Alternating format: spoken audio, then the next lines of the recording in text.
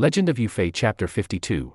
And we kick things off with some serious tension. Okay. You've got General Nu Gao just absolutely furious. Livid. He wants to kill this guy, Wang Zhu. And it's not just a whim, right? Wang Zhu had deceived them before, pulled some tricks that almost got them killed. Exactly. Real treachery. So the reaction seems understandable.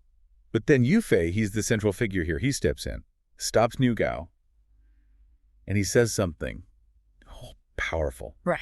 about human nature. That proverb, yeah. Rain fei yumu, quick you busy. Right. Which roughly means, It's something like, people aren't like grass or wood. How could they not know? Or, how can they be totally unfeeling or unaware? so he believes Wang Zhu, despite everything, have a conscience.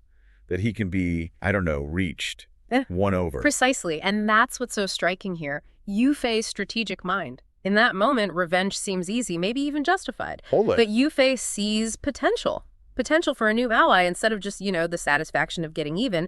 He's looking at Wang Zuo's past betrayals not just as crimes, but almost as an opportunity. An opportunity for conversion. That's a bold way to put it. It is. It's a really proactive way to think about conflict. Quite amazing, really. Okay, so Yufei prevents the execution.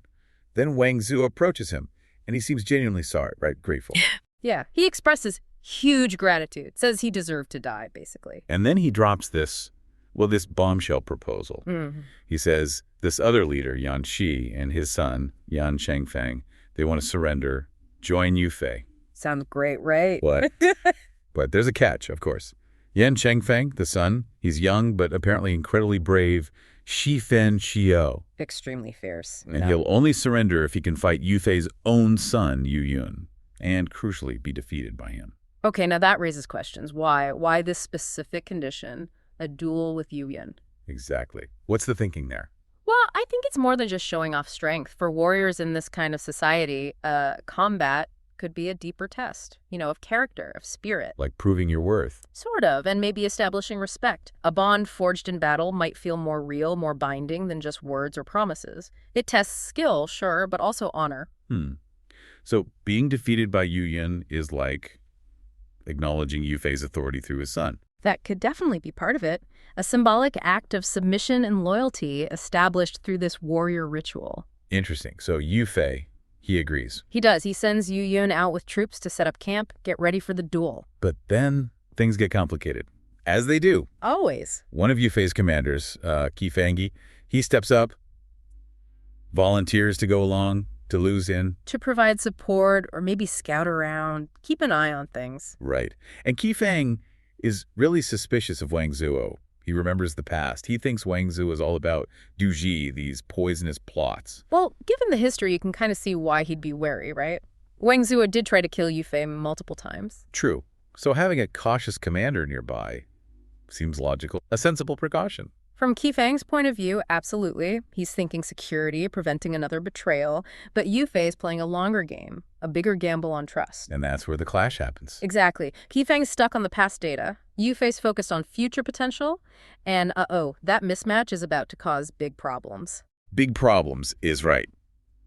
Because duel, it doesn't happen immediately. Yan Chengfang gets held up. Yeah, for like 10 days. He's busy with naval drills or something. So, to stop Yu Yun from just packing up and leaving, Wang Zhuo sends his own son, Wang Chenglang, with the message. Okay, seems straightforward enough. An official messenger. Wang Chenglang rides up to the camp, announces himself clearly, in lie, I'm the eldest son of Prince East Saint from East Earwood Stockade, giving his full title. He's there to deliver the update about the delay. A crucial piece of diplomatic info being sent through the proper channels, the son of the guy they're trying to ally with. But Qifang intercepts him, still convinced it's all a trick. Oh, no. He doesn't even let Wang Chenglang finish explaining why he's there. Before anyone can react, Qifang just strikes him down, kills him, takes his head. Wow. Just wow. Based purely on suspicion. Unbelievable, isn't it? Yeah. He then explains it to Yu Yun, who's obviously horrified. Qifang says basically, his father tricked us before, tried to kill the marshal. How do we know this isn't just another dirty trick? He genuinely thinks he stopped another plot. Yeah, but Yu Yun, he's terrified. He thinks my father is going to execute me for this disaster. Talk about a diplomatic crisis. It's catastrophic. All that careful work Yufei did, building that fragile trust with Wang Zhuo, potentially shattered. Just like that. All because of one commander's deep-seated mistrust overriding the plan. And this is where Yu Fei's leadership is truly tested. How does he handle this? Well, when he hears the news, he is furious. Understandably. He says Qifeng's actions basically threaten to throw away all their progress. Right, making all previous efforts come to naught. But he doesn't just yell. He acts decisively. He orders Qifeng to be flogged heavily, 30 big strokes, a serious public punishment. Okay, so discipline for the fatal mistake. That makes sense internally. But that's just step one. Then comes the really extraordinary part. Go on. Yu Fei sends his general, Zhang Bao, with Qifeng, who's just been severely beaten, directly to Wangzhou. Sends the punished commander to the grieving father. Exactly. And the message is blunt. Commander Qifeng mistakenly injured your son. My master flagged him 30 times for it. We've sent him here for you to examine his wounds and to offer our deepest apologies. That's incredible. That's not just saying sorry. That's showing accountability in the most profound way possible. Yeah. Humility. Yeah. Integrity. It's laying everything bare, acknowledging the screw-up, showing the punishment, and asking for, well, not quite forgiveness, but acknowledging the wrong. And how does Wang Zhuo react to that? I mean, his son was just killed. It's amazing. He receives them. He sees the knight in Qifeng, hears the message. And faced with this extreme act of accountability from Yu Fei, his anger seems to shift. Mm-hmm. He accepts the apology. He says his son's death was Wu Ming Garo Cheng. Like it was his son's fate. Oh, wow. Acceptance. And crucially, he tells Zhang Bao to tell Yu Fei that the original plan, the surrender, it's still on. He says, Yo Qi Shi Bi Cheng, he expects it will succeed. Unbelievable. Yu Fei's gamble on integrity, on radical accountability, it actually worked. It turned this disaster around. Completely. It didn't just smooth things over. It seems to have solidified the trust. It showed Wang Zhuo that Yu Fei's word, his sense of justice, was absolute, even when it involved punishing his own men. That speaks volumes, doesn't it? That kind of leadership. It builds something much stronger than fear ever could. So, okay, crisis averted, trust rebuilt somehow. Yan Chengfang finally shows up for the duel with Yu Yin. After all that drama. And the description of them is pretty epic. Yan Chengfang with his golden crown, pheasant tails, shimmering fish scale armor, wielding these huge golden hammers. Sounds impressive. And Yu Yin, equally decked out. Mm-hmm. Silver helmet with phoenixes, special beast armor. The text really builds them up as these heroic figures. Setting the stage, it emphasizes their status, builds the anticipation for this clash of titans. And when they meet, apparently, they're both impressed with each other. They see the Wai Fong, the awe-inspiring might in the other guy. Mutual respect, even before they fight. That's important in this context. They go at it for over 80 rounds. Bashi Yuhei. Back and forth, no clear winner. They are perfectly matched. 80 rounds. That's incredible endurance and skill on both sides. Then Yu Yun pulls a clever move. He pretends to be losing, fakes an opening. A strategic retreat. Yeah, and then bam, he uses this special technique, Liu Gin Jing Yohei, meteor chasing the moon. Ooh. Disarms Yan Chengfang. Nice move. So Yu Yun wins. He wins. Yan Chengfang acknowledges defeat, totally honorable about it, surrenders. But then he suggests they become sworn brothers right there on the spot. Whoa, from duel to brotherhood, just like that. Just like that. They perform a quick ceremony using earth as incense. Yu Yan, being older, becomes the elder brother. They swear an oath to be like flesh and blood. That is the ultimate outcome, isn't it? The duel wasn't just about winning. It was about revealing character, finding this mutual respect, and turning it into a deeply personal, lasting bond. Exactly. It's way more than just a military surrender. It's family. It's the perfect ending Yu Fei could have hoped for, turning that initial challenge into this incredibly strong alliance. Everyone's happy. A masterful resolution, really. Combining military necessity with this powerful cultural code of honor and brotherhood. But wait, there's more. The story of alliance building isn't quite done. Oh, another challenge. Yep. There's another powerful figure, the Changsha King Luo Yanking. Needs to be brought into the fold. Okay, so how do they approach this one? Another duel. More apologies. Nope. This time, a different general, Yang Zixing, steps up. And he has a totally different idea. Let me guess. He knows the guy. Bingo. He reveals he and Luo Yanking are actually Zui Shi Shang Hemo, like best friends. Super close. Leveraging personal connections, another classic strategy. So Yang Zixing says, hey, let me handle this. I'll persuade him. No force, just talking. That makes sense. If you have that existing trust, why risk confrontation? It shows flexibility in their approach, using different tools for different situations. So they cook up a plan. Yang Zixing and Liu Yanqing stage a fake fight. A bit of theater. Totally. They pretend to battle hard for like 10 rounds, just to fool anyone watching. Then Yang Zixing fakes being defeated and lures Liu Yanqing off into a quiet forest. Okay, the private meeting. Exactly. And there, Yang Zixing lays it all out, talks up how great Yufei is, how well he's doing under Yufei, and basically urges his friend to switch sides. You know, abandon evil, return to righteousness. The classic, join us, the future's bright pitch, with promises of rewards, I assume. Oh yeah, big promises. Status, maybe becoming a marquis down the line. And does it work? Does friendship and persuasion win the day? It does. Liu Yanqing agrees. He says he'll become a Nei Ying. An inside man. A mole. Pretty much. He promises to stay on the enemy side for now, but act as an internal helper. And he even says he'll kill enemies to earn merit later, as a kind of like entry gift when he officially joins. So a completely different kind of alliance, built on old trust, deception, and future incentives. Not like the trial by combat brotherhood at all. Not at all. Yang Zixing reports back, Yufei's thrilled, marks down Yang's merit. It just shows there are many ways to build these connections. Fascinating. It really highlights the strategic toolkit Yufei and his commanders had. They weren't just warriors. They were diplomats, psychologists, strategists, using whatever method fit the situation. Yufei, his enemy, led by this General Kui Yonggang. Yeah. He's prepping for a massive confrontation, drilling troops in what's described as a formidable five-directional array. That five-directional array, it isn't just a cool name. It refers to a really complex, multi-directional formation. Yeah. It's specifically designed to, like, trap and overwhelm an opposing force from absolutely all angles. So like a trap.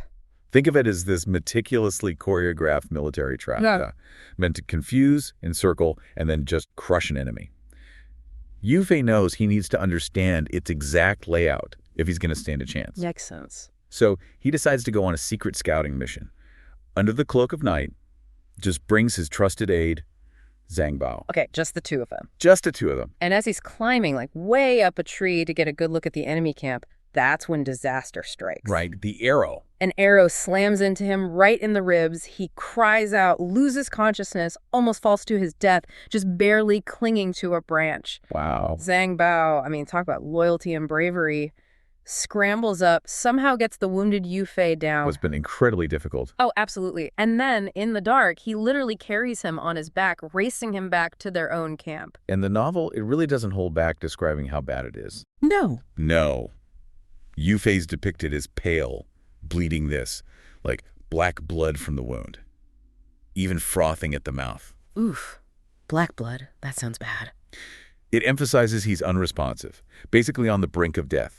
His life is hanging by the absolute slenderest of threads. You can just picture the scene, right? His son, Yu Yun, the other generals, they're completely distraught. Utter despair. Fearing the absolute worst. They're openly weeping, convinced their leader is about to die. But then, a truly unexpected figure steps into this crisis. Indeed. Just as everyone's losing hope, this seemingly unlikely hero, Niu Gao, steps forward. Niu Gao. He silences all the weeping generals with this incredibly bold declaration. Yeah.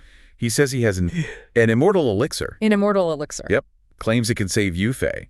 The name itself, suggests something almost magical, a potent, life-saving remedy. Okay, quite the dramatic solution for an arrow wound. So what does he do? Niu Gao quickly mixes this elixir with hot water and gives it to Yufei. Just moments later, Yufei lets out this massive cry of pain, which basically means, it hurts me to death. Ouch. Sounds like it's working. Maybe. Apparently, because then, astonishingly, he just sits right up, fully recovered. It's this almost miraculous, instant turnaround. Wow. Okay. So elixir works. End of story. Not even close. The immediate aftermath, what happens right after the cure, gives us this fascinating insight into Niu Gao's mind. He's sharp. How so? He immediately declares that the arrow wasn't from an enemy soldier at all. Wait, what? It came from within their own camp. He suggests there's a traitor among them. Whoa, okay, that changes everything. Exactly. This isn't just a medical observation. It's a huge strategic realization. It threatens the very core of their unity. So Niu Gao figures it out. What does he propose? An investigation. His solution is logical, yeah. He proposes a full investigation. Compare the arrow to those of all the generals, find the culprit. Seems like the obvious next step, right? The path to justice. Makes sense to me. Find the traitor. But then, Yu Fei does something truly unexpected. And what he decides tells us so much about his leadership style. Okay, what does he do? This is where Yu Fei's character just shines, and it really challenges conventional military thinking in this astonishing act of mercy. Mercy, after being shot by one of his own men? Yes. He breaks the arrow in two, hides the pieces, and absolutely forbids any further investigation. He forbids it. Why? His rationale is profound. He believes the perpetrator might actually regret their actions, and he hopes to reform them through, and this is key, benevolence and virtue. Benevolence and virtue towards a traitor. It's not passive acceptance, it's like a strategic gamble. He's hoping to convert this disloyal subordinate into a loyal one by showing this almost incomprehensible level of forgiveness. So winning hearts, not just punishing bodies. Aiming for long-term loyalty over immediate revenge. Exactly. It's about aiming for that deeper loyalty rather than just retribution right now. How do the other generals take that? I mean, I'd be furious. And they are. As you'd expect, they're furious. They feel such a cruel, treacherous act absolutely should not go unpunished. Right. Niu Gao, who's always the pragmatic, blunt one, he hands Yu Fei another elixir. Another one, just in case. Kind of. But he warns him it's only good for one more incident like this. He says, pretty pointedly, the third time, there is none. Like, don't push your luck with this forgiveness thing. Okay, fair enough from Niu Gao. What does Yu Fei say to that? Yu Fei, though, he just dismisses Niu Gao's anger. Yeah. He attributes all these events to heaven's will. Fate. Destiny. Well, it's a bit more than just passive fate. In ancient Chinese thought, heaven's will was often this powerful philosophical framework. It justified moral actions, the rise or fall of leaders. Okay. So for a commander like Yu Fei, aligning his actions with what he sees as heaven's will, that could inspire immense loyalty and morale. It reinforces his unique moral authority, like he's divinely sanctioned. Got it. So it's also a leadership tactic, in a way. Could be seen that way. Even his own son, Yu Yun, who actually says he knows who shot the arrow. He knows. Apparently, he questions his father's decision too. But Yu Fei just reiterates his belief. He thinks the person's resentment might stem from some perceived unfairness, maybe in rewards or punishments. Okay. And he genuinely seeks to convert them with kindness, not retribution. A fascinating approach. Risky, but fascinating.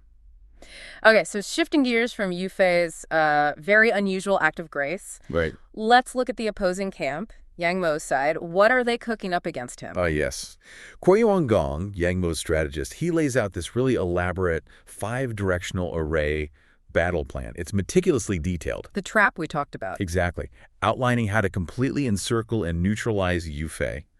Wang Zu is supposed to act as a decoy, draw Yu Fei in, then cut off his retreat. Classic lure and trap. Then for flanking maneuvers, you've got Kui King and Kui Yon on the left. Okay. And Luo Yanqing and Yan Shengfang on the right, all poised to convert. Closing the net. And who's in the middle? Right at the center of this formidable array, you have the second king, Yang Fan, leading the main central forces. So it's a full-on assault plan. And they're not just thinking about land.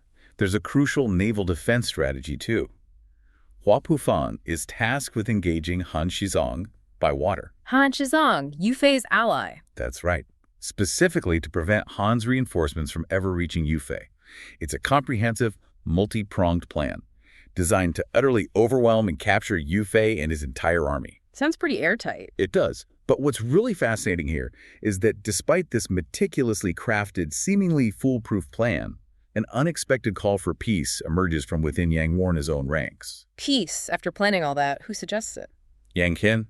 He steps forward and actually proposes a peace mission to Yu Fei. Yang Qin? Okay, why? He cites the undeniable strength of Yu Fei's generals, expresses a desire to, save resources and lives, basically arguing against a potentially catastrophic conflict. So even with their big plan, they're still wary of Yu Fei. It speaks volumes about Yu Fei's reputation, right?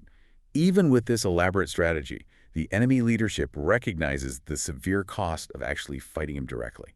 And does Yang Mo agree to this peace idea? Surprisingly, yes. He's even willing to offer gold and silk to avoid the battle altogether, which again highlights the pressure he must feel he's under. Wow. Okay, so Yang Qin goes on the peace mission. Well, yes, but then there's another crucial addition. Wu Shangzi, who is Yang Mo's his son-in-law, he volunteers to join the mission too. The son-in-law. Okay, that adds another layer. It immediately adds intrigue, yeah. Especially because we learned that Yang Qin has his own intentions or agenda for doing this mission. Ulterior motives. Exactly. And he's secretly kind of displeased that Wu Shangzi is tagging along. It strongly suggests this peace mission is way more complicated than it looks on the surface. Intriguing. So Yang Qin and Wu Shangzi, this rather unusual peace delegation, they arrive at Changzhou City, Yufei's camp. They present their proposal: end the war, pay tribute, supply provisions to Yufei's army. Sounds reasonable, a way to de-escalate. It does sound reasonable on the face of it. Yeah. But Yufei, who's always the master strategist and frankly an astute judge of character, he puts on a very dramatic performance for his generals. A performance what kind? He feigns absolute outrage. Yeah. Rejects the offer, flat out orders their immediate arrest for execution. Execution. But wait, there's a crucial caveat. Yeah. He says the execution is to be carried out after Yang Mo is captured. Okay. So not right now. Exactly. This public display is critical. It reinforces his resolve to his own troops, prevents any appearance of weakness or compromise, Smart. And subtly keeps the envoys alive so he can talk to them later. Right. That dual approach again. Public sternness, private, something else. Precisely. Because secretly, Yufei makes sure they are well fed and cared for. A subtle kindness that completely belies his public fury. Classic Yufei, maybe. So does he talk to them privately? Later that night, yeah. He arranges a private meeting, first with Yang Qin. He apologizes for the public harshness, explains it was just a necessary show for his generals. Building trust? Totally. This gesture of trust, acknowledging the strategy, it completely disarms Yang Qin, opens the door for him to talk. And does he talk? Oh, does he ever. He spills everything. Everything? Like what? Yang Qin reveals Kuai Yongong's detailed 5-directional array battle plan, the whole thing, giving Yufei invaluable strategic intelligence. Wow. So Yang Qin, the peace envoy, is actually a spy, or a turncoat. It immediately tells us he's playing a double game, at the very least. His own intentions were clearly about self-preservation or maybe a calculated shift in allegiance, not genuine peace for Yang Mo. He's hedging his bets. Definitely. He's giving Yufei critical information in exchange for his family's safety when the inevitable fighting starts. Does Yufei promise to protect him? He does. True to his word, Yufei gives Yang Qin this small flag. Tells him plant it on his door as a signal to his troops. Ensures his family's safety during the coming conflict. Okay, so that exchange highlights this intricate, morally gray web of loyalties and hidden agendas in wartime. Absolutely. It's complex stuff. But the revelations aren't over yet, right? He still has to talk to Wu Shangzi, the son-in-law. That's right. Yufei then meets privately with Wu Shangzi. He praises his talent, but laments, that he serves the wrong master. And this is where things get really wild, isn't it? This is where the narrative takes a genuinely shocking, soap opera twist. Wu Shangzi reveals that his marriage to Yang Mo's daughter, who's referred to as a princess, was never consummated. Never consummated. Okay, that's personal. Why? And the reason goes far deeper than just a personal detail. It sets up the real bombshell. Which is? The princess. She isn't Yang Mo's daughter at all. What? Then who is she?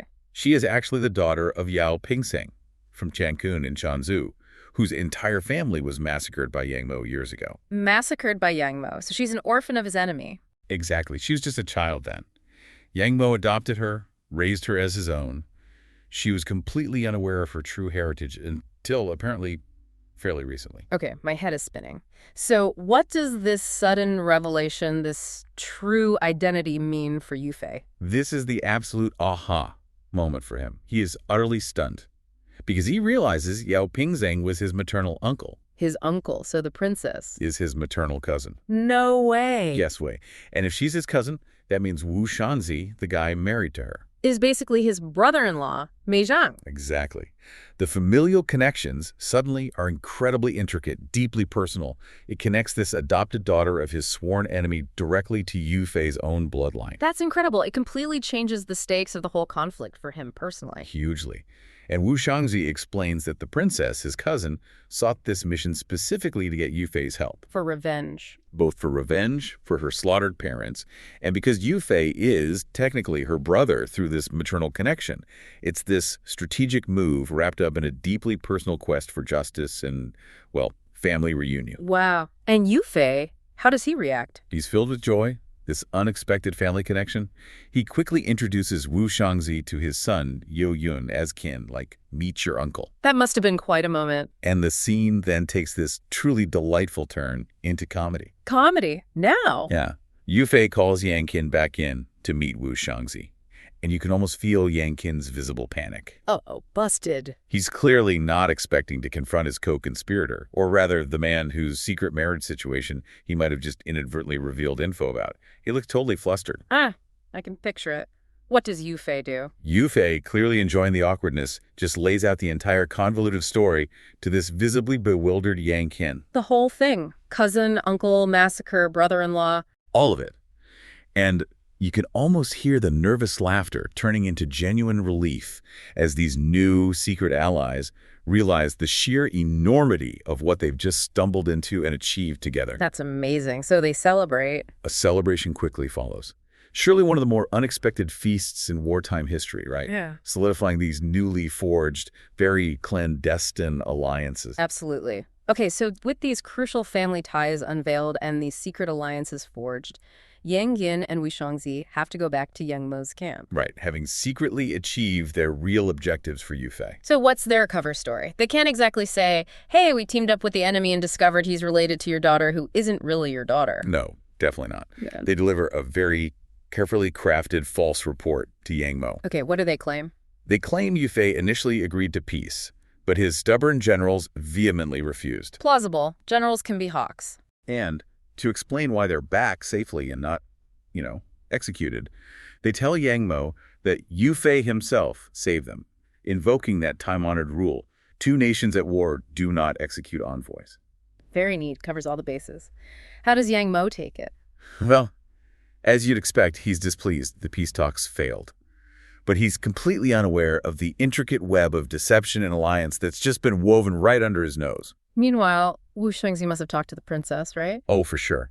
He privately assures her that Yufei knows her true story, he'll ensure their marriage after Yang Mo's defeat, and importantly, that she'll get her rightful revenge for her family. Giving her hope and a reason to keep up the facade. Exactly. Okay, so secret alliances in place, invaluable intelligence secured. Yufei doesn't waste time, I assume. No time at all.